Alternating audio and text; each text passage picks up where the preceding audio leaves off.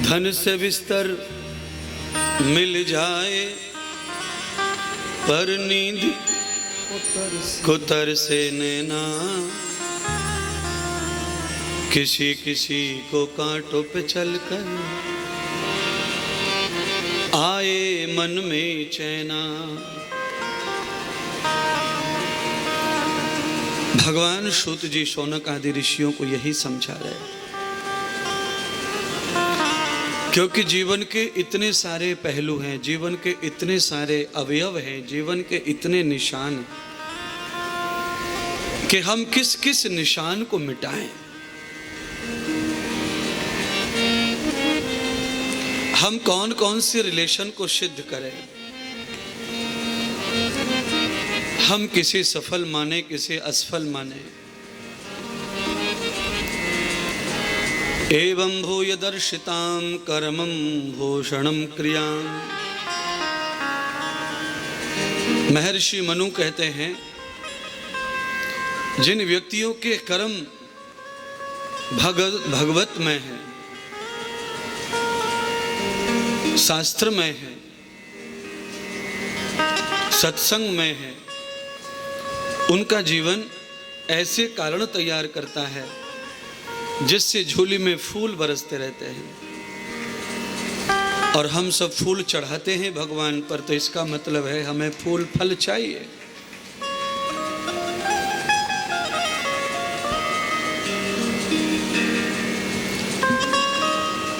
क्योंकि सृष्टि में जहां फल आता है वहां पहले फूल आता है।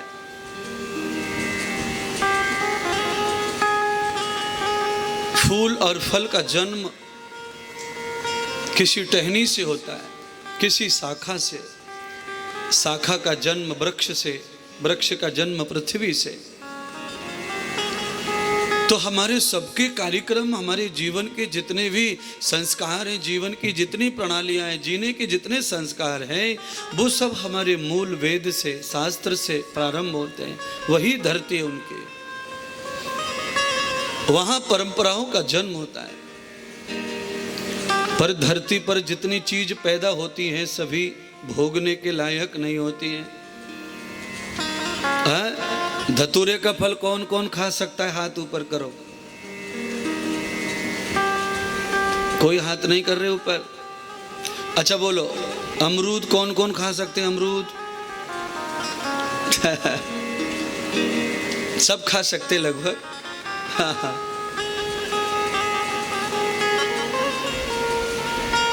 कितना कठिन हो गया देखो। धतूरे का भी फल है जो भगवान शिव जी पे खूब प्यार से चढ़ता है, पर उसे इंसान नहीं खा सकता। पेरू अमरूद भगवान शिव जी को प्रिय नहीं है, शायद इसलिए लोग नहीं चढ़ाते, पर इंसान को बड़ा प्रिय है। एक वस्तु ऐसी है जो शिव जी को प्रिय है और इंसान को भी प्रिय है, जिसका नाम है दूध। दूध भगवान शिव जी को भी बड़ा प्रिय है, इंसान को भी प्रिय है। लोग बड़े बड़े शहरों में चले गए, इंटरसिटियों में रहते हैं, पर वहां भी दूध ढूंढते हैं। चाहे थोड़े से थोड़ा काम चलाएंगे, पर दूध, झोपड़पट्टी के लोग भी दूध चाहते हैं। भगवान शिव जी पर अभिषेक श्रावण महीने में दूध का होता है। मधुपरकम मधुनाम एवस्त अभिषेकम कृतम। पंचामृत, दूध, दही, शहद, घृत, मूत्र, ये सब गाय का मिलाकर भगवान शिव जी पर अर्पण होता है, मंत्र से अर्चन होता है, जो मैं रोज करता हूं आपके कल्याण के लिए, देश की उन्नति के लिए, कोरोना से मुक्ति के लिए। भगवान शिव के अंदर वो शक्ति है कि संपूर्ण रोग को वो भस्म कर सकते हैं, क्योंकि भगवान शिव वैद्य हैं, इसलिए उनका एक नाम वैद्यनाथ भी है।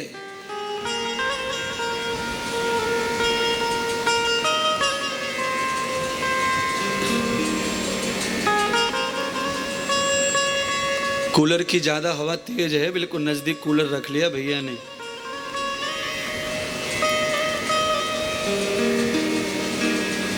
एवस्तं न वेद शंकरं व्याधिदोखं निवारितः समाहारं समं ब्राह्मं जाताम विद्वतो समाः।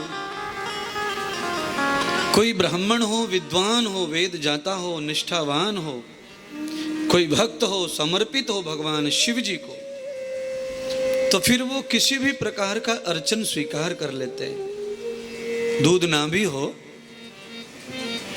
मीठा पानी भी न मिले तो खारा भी चढ़ा सकते भगवान पे। मान लीजिए जहाँ खारा पानी है वहाँ मीठा कहाँ से लाएंगे लोग? नल चलाते हैं, बोर चलाते हैं, कमंडल भरते हैं, भोले बाबा पे चढ़ाते हैं। नाराज वो इसलिए नहीं है कि वो जल शिव जी की देन है, इसलिए भगत कहाँ से मीठा लाएगा? इसलिए प्रभु को अपना सब प्रिय है। जो जहर तक को पचा लेते हैं वो खारे पानी को भी प्रेम से पचा सकते हैं। आजकल हमारी क्षमता कम हो गई है खारे पानी को पचाने की। 20, 30, 40 साल पहले चले जाएं तो सभी लोग बिना फिल्टर का ही पानी पीते थे। जैसा पानी निकला वैसा ही पीते थे। ना कोई किसी के घर से बंद भरता था, ना कोई किसी को दौड़ता था। जहाँ था जैसा था उसमें नहाते, उसमें कपड़े धोते, उसमें ही बर्तन धोते, उसमें पानी पीते। और आज का इतना समय इतना बेकार, आज इतना युग बदला है कि अभी नहाने के लिए भी पानी ढूंढना पड़ता है, बालों धोने के लिए पानी ढूंढना पड़ता है। अब खारे पानी से बाल धो लो, बाल खत्म होने लग जाते हैं। पहले नहीं जाते थे, अब चले जाते हैं, क्योंकि पहले उर्वरक इतना यूरिया DAP का भोजन नहीं था। अब जहर खाते हैं तो खारा पानी जल्दी नुकसान करता है। पहले सात्विक भोजन करते थे तो खारा पानी बॉडी सहन कर लेती थी। अब बॉडी में ही इतना सारा क्षार, इतना सारा जहर है कि फिर खारे पानी को वो पचा नहीं पाती और बीमार कर देती है। बड़ी बड़ी पथरियां हो जाती हैं किडनी में, पित्त में।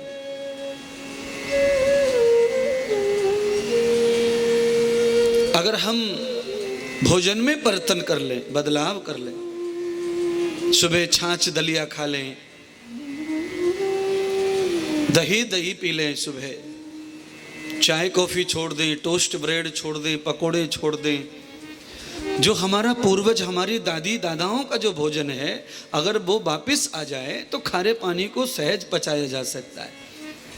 एक बाल नहीं उखड़ेगा, एक बाल नहीं टूटेगा, कपड़े अच्छे साफ नहीं होते खारे पानी से। ये सब आज का समय है, पूर्व तो सब कुछ होता था। क्योंकि कपड़े साफ होने के लिए पहले ऐसे कपड़े नहीं थे जो आज होते। पहले सभी के पास में सादा सिंपल कपड़े और कम कपड़े। पहले लोगों के पास में सदाचार, मर्यादाएं, सम्मान, इज्जत, आयु, बल ये ज्यादा हुआ करता था। पैसा, घर, कपड़े ये सब कम हुआ करता था। आज घर है बड़ा, कपड़े ज़्यादा, पैसा ज़्यादा, पर मर्यादा खत्म, इज्जत खत्म, लाज खत्म, शर्म खत्म, हया खत्म। कुछ चीज़ गई तो कुछ आई। जो आई वो हानिकारक हैं, जो गई वो लाभदायक है। भागवत कहने का मतलब, शिव कथा कहने का मतलब, इतनी सारी पुरानी पुस्तकों को बाँचने का मतलब क्या है? ये पुस्तकों को बाँचने के पीछे एक ही कहानी है कि हम कैसे भी लौट कर वहाँ चले जहाँ से हमारी ये कथा आई है, जहाँ से हमारा युग आया है, जहाँ से मानवीय परंपरा आई है, जहाँ से मानवीय सभ्यता का जन्म हुआ, जहाँ से मानव के सदाचार का जन्म हुआ, तप का जन्म हुआ, भजन का, यज्ञ का जन्म हुआ। अब आपसे पूछा जाए कि आप कब यज्ञ करते हैं, तो आपके पास जवाब होगा कि 10 साल पहले किया था, घर बनवाया था तो घर की भरने की, घर वास्तु किया तब यज्ञ हुआ था। कोई कहेगा शादी हुई थी तब हुआ। कोई कहेंगे कि फलाने मर गया था, पंडित जी आए थे 13वीं में हवन कियो तो। अब ऐसे हवन होंगे तो जीवन कैसे स्वस्थ होगा, कैसे मस्त होगा, कैसे आनंदित होगा। जिन कथाओं को हम सुना रहे हैं वो नित्य यज्ञ करके भोजन करते थे, इसलिए उनकी सृष्टि अच्छी थी, उनकी हवा अच्छी थी, उनका जीवन अच्छा था। आज तुम्हारे कल्याण के लिए मुझे अनुष्ठान करना पड़ रहा है। पहले किसी आचार्य को किसी के लिए अनुष्ठान नहीं करना पड़ता था, क्योंकि पूर्व में सभी अनुष्ठान खुद ही करते थे। क्षत्रिय हो चाहे ब्राह्मण हो, वैश्य हो या शूद्र हो, सब भगवान के अनुष्ठान किया करते थे, सब संध्या उपासना यज्ञ किया करते थे। इसीलिए भगवान सूत जी कथा सुना रहे हैं गंगा जी के तट पे नैमिषारण्य के क्षेत्र में शौनक आदि ऋषियों को। सूत जी कौन सी ब्राह्मण हैं, कोई बताए? जगत में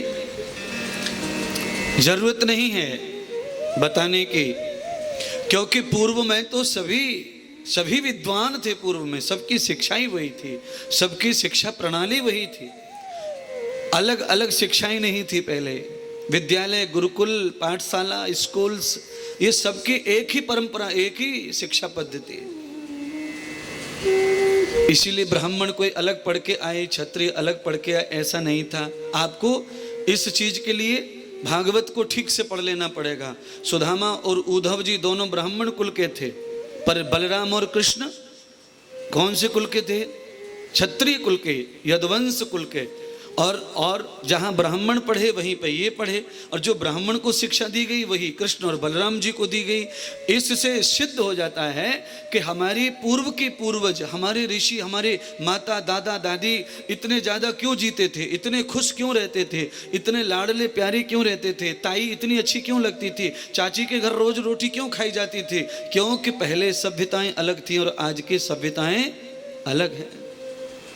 शिक्षा प्रणाली की वजह से जीवन प्रणाली बदल जाती है। हमारी शिक्षा अधूरी हो गई, भंग हो गई, और शिक्षा हमारे जीवन को खत्म कर रही है, खाए जा रही है।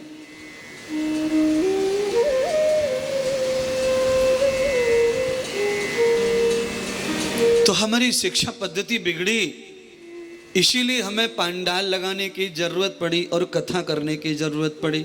यावतम कृतम गभ्यांते यावतम एव संस्कृति जाताम संस्कारम कर्म वाक्षम विधि च कर्मणाम। सत्संग के माध्यम से, कथा के माध्यम से हम अपने पूर्व संस्कारों को स्थापित करना चाहते हैं। इसीलिए हम कथा करने की प्रेरणा करते हैं, लोगों को जागृत करते हैं। अरे बहुत हो गया, एक घर हो गया, दो घर हो गए, अब एक कथा करो। एक प्लॉट हो गया, दो प्लॉट हो गए, अब कथा करो। कथा करने वाले का तो धन पवित्र होता है, पितृ पवित्र होते हैं, बच्चे पवित्र होते हैं, साथ में राष्ट्र भी पवित्र हो जाता है, जगत भी पवित्र हो जाता है।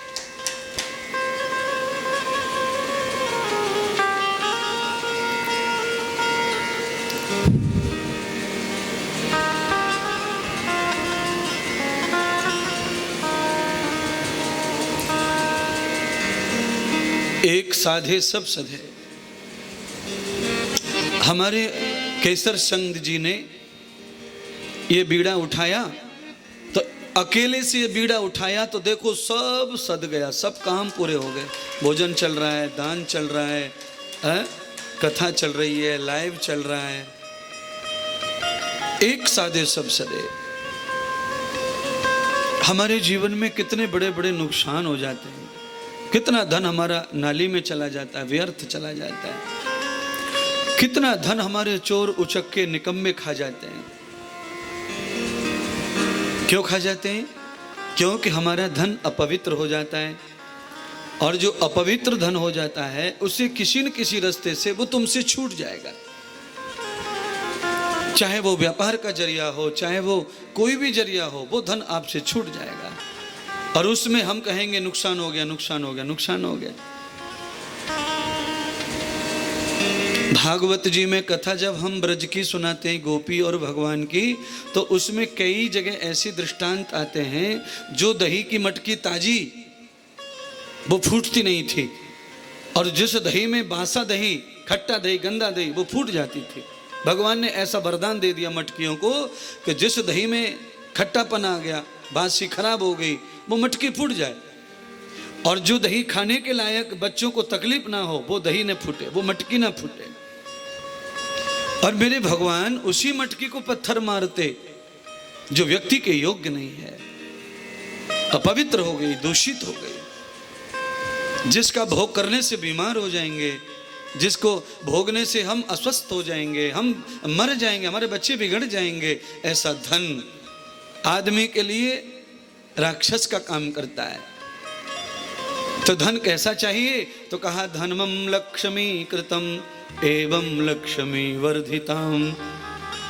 जैसे माँ अपने छोटे बच्चे को प्यार और दुलार करती है, आंधी तूफान बरसात में बच्चे को छुपाती, आंचल में दुबकाती, और आंधी तूफान मिट्टी और धूप से बचाने के लिए अपनी हया, अपनी इज्जत को भी खत्म कर देती है, पल्लू बच्चे पे ढक देती है, चाहे उसकी छाती दिख जाए, पर बच्चे को उघाड़ने नहीं रहने देती। ऐसे ही माँ की तरह धन होता है, वो भी तुम्हें ढकने के लिए ही है, पर धन जब गंदा हो जाता है तो वही पूतना बन के हमें डसने और मारने के लिए आ जाता है। एवतम धनश्रुति वेदाम। तो लोग न जाने किस किस तरीके से धन कमाना चाहते हैं, धनवान बनना चाहते हैं। कई लोग गलत तरीके से धनवान हो जाते हैं, पर वो धन उनके काम नहीं आता, वो संतोष नहीं देता, वो सुख नहीं देता, वो हमेशा मन को खराब रखेगा, बुद्धि को खराब रखेगा, विचारों को खराब रखेगा, द्वंद्व करवाएगा, और हमेशा गंदे लोगों से ही संपर्क करवाएगा, दोस्ती करवाएगा। और पवित्र धन, अमृत धन, संतों की सेवा, गुरुओं की सेवा, सत्संग की श्रद्धा, तीर्थों का गमन, तीर्थों का यतन, गंगा स्नान, यमुना स्नान, कोई भी सेवा आदमी को हमेशा सज्जन के संपर्क में ले जाती है, सज्जनों से मिलवाती है, सज्जनों का संपर्क करती है। देखिए पंडाल में कितने लोग बैठे हैं, कितने लोग हैं, इनमें एक भी जेब कतरा नहीं है महाराज, इनमें एक भी चप्पल चोर नहीं है। क्यों नहीं है? क्योंकि आपके अंदर वो भाव है, आपको डर लगता है पाप करने से, छल करने से, इसलिए आपको निरंतर धाम में कथा श्रवण करने का अवसर मिल रहा है। यावतम तीर्थम प्रबद्धते एवं तीर्थम जनार्दन। जैसे गंगा मैया पापी और धर्मात्मा सबको बुला लेती है, पर धर्मात्मा का पाप गंगा धोती है, अधर्मी का पाप धोती नहीं है महाराज। ऐसे ही वृंदावन है हमारा, सब धाम सब तीर्थ ऐसे।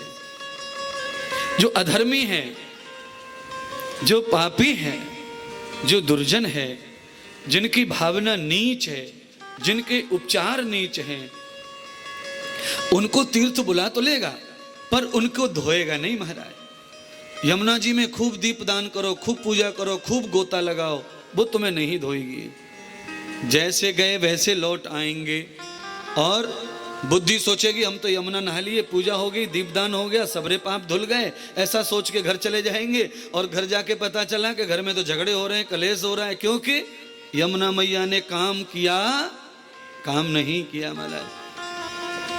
क्योंकि यमुना मैया का वही कर्तव्य है, गंगा मैया का वही कर्तव्य है। केवल एक गंगा ऐसी है जो सत्संग गंगा है, ये पापी को धोती है, अधर्मी को भी धोती है। ये ऐसा तीर्थ है। परम तीर्थम यथा भागवतम, परमार्थितम यथा शिवम, परमानंदम यथा गम्मम, परमानंदम सद्गुरुम, परमानंदम कृतम पुण्यम, परमानंदम श्रुतिरंद्रम, परमानंदम ध्रुवो कर्णः, परमानंदम परमम सुखम।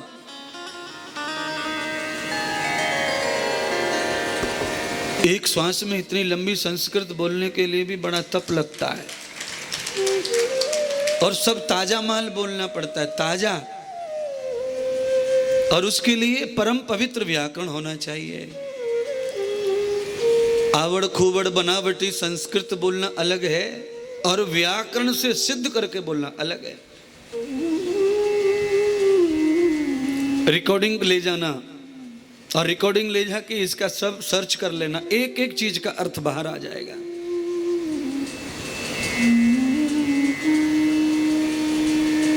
दुनिया में जितनी संस्कृत का अवतार हुआ, वो सब अवतार हमारे ऋषियों की बुद्धि से हुआ।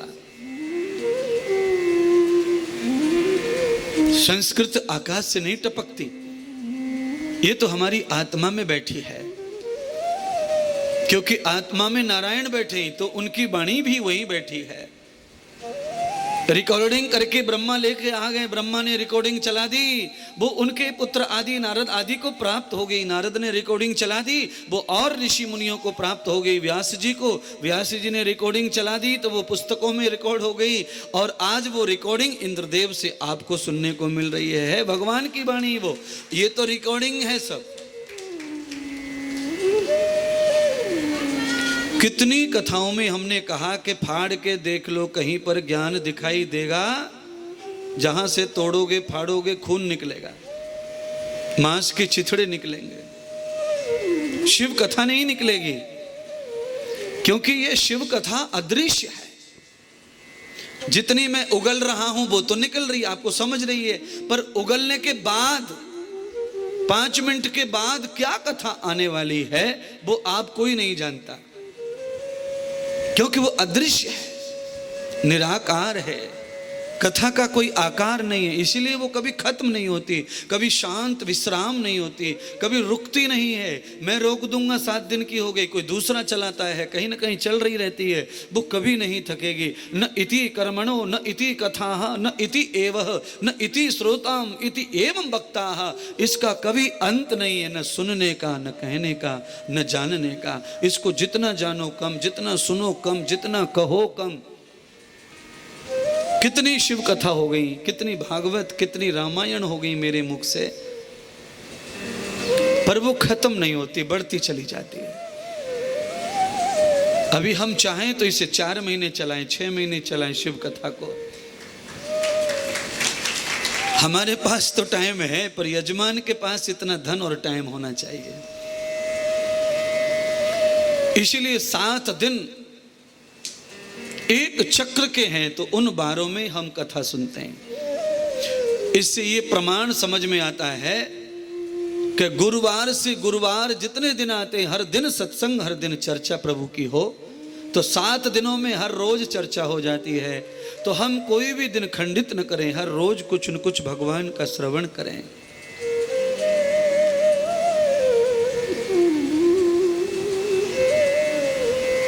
उससे लाभ प्राप्त होगा, ज्ञान मिलेगा। अरे कोई कारण होगा, अरे कोई कारण होगा। अभी 2 पंक्तियां हमने गाई थी, किसी किसी की सागर से भी ना बुझती है प्यास, किसी किसी की सागर से भी नहीं बुझती है प्यास, और किसी किसी की एक ही बूंद में पूर्ण होती आस। अरे कोई कदली शीप भुजंग मुख, कदली शीप भुजंग मुख, स्वाति 1 गुण 3। चातक 1 बूंद में 12 महीने के लिए तृप्त हो जाता है, और मछली सागर के अंदर रहती है पर कभी तृप्त होती। ये दोनों जीव देख लो, एक ऐसा है जो सागर में रह के प्यासा है, और एक ऐसा है जिसको तालाब, कुआं, सागर, नदी, पानी ही नहीं चाहिए। उसी तो सागर, स्वाति नक्षत्र में बरसात हो जाए तो पानी पीता है, वो भी श्रावण के महीने में। श्रावण के महीने में स्वाति नक्षत्र में वर्षा हो जाए तो उस बरसात की बूंद से मोती पैदा हो जाते हैं सागर में, मछली के मुख में महाराज। कितनी महिमा है बूंद की। कदली 1 भुजंग मुख, स्वाति 1 गुण 3। सांप के गले में बूंद चली जाए विष बन जाती है, केले के पत्ते पर बूंद गिर जाए स्वाति नक्षत्र में, श्रावण में कपूर बन जाती है, और वही मछली के मुख में चली जाए तो मोती बन जाती है।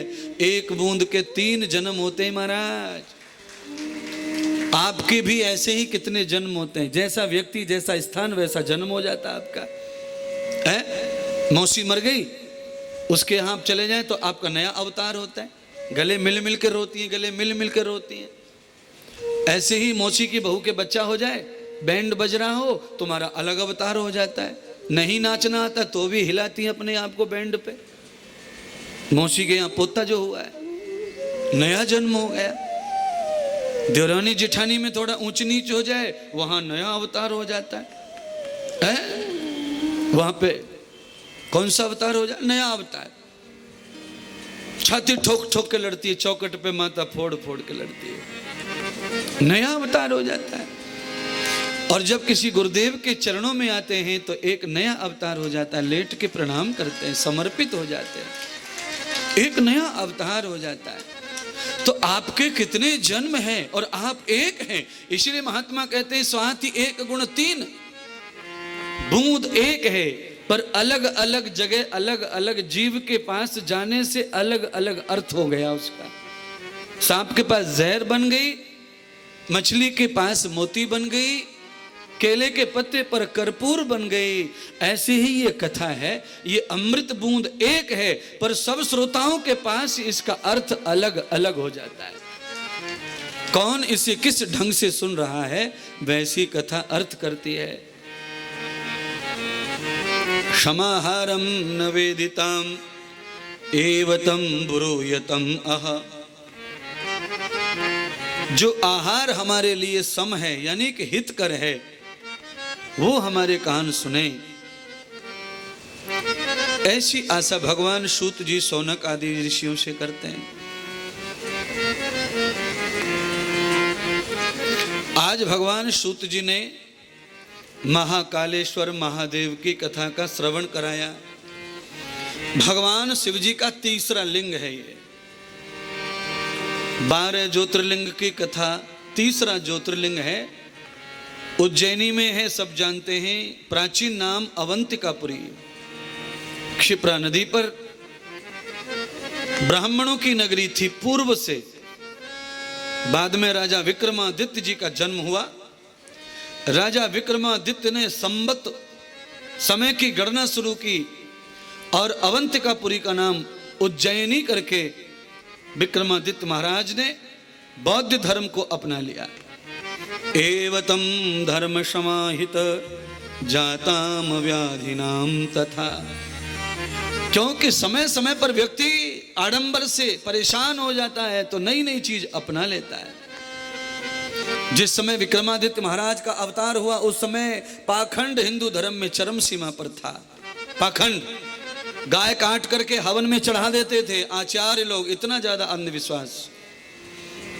घोड़ा काट कर चढ़ा देते थे हवन में, अग्नि में, और उसका नाम कर देते थे गौमेध यज्ञ, अश्वमेघ यज्ञ। वेदों में यज्ञ का नाम तो है अश्वमेघ, वेदों में नाम है गौमेध। ये नाम तो है पर समय के चलती विद्या की कमी के कारण अर्थ अपने अपने अनुसार लोगों ने निकाल लिए। इसलिए महाराज विक्रमादित्य ने भी आडंबर, ये पाखंड देखा, ये गलतियां देखी। और भगवान बुद्ध ने भी ये देखा। तो भगवान बुद्ध भी तो हिंदू ही थे। उन्होंने नया सिस्टम क्यों पैदा किया? क्योंकि जब समाज में कुरीतियां आ जाती हैं, पूजा पाठ में जब आडंबर आ जाते हैं, अर्थ का अनर्थ हो जाता है, तो कोई महापुरुष सृष्टि में अवतार लेकर आते हैं और एक नई दुनिया खड़ी करते हैं पर्वत पर चढ़ के, जहां पर गंदा पानी ना चढ़े। भगवान बुद्ध ने भी वही किया। इन पाखंडों से, इन आडंबरों से, इन बलि प्रथाओं से मुक्त होने के लिए भगवान बुद्ध ने ब्रह्म यज्ञ, उपासना का प्रचार किया। बाद में उपासना को उनके शिष्यों ने पिपासना कह करके संबोधन कर दिया। पिपासना, पिपासना वैसे है उपासना, पर उपासना कहेंगे तो वो ऋषि मुनियों की हो जाएगी, फिर अपनी मोहर तो लगनी चाहिए, तो उसको पिपासना कह दिया। पिप माने प्राण, प्राणों को जो स्वस्थ रखती है वो आसन पर बैठना, ध्यान करना ईश्वर का। ईश्वर की प्रचार प्रसार को किया बौद्ध भगवान ने।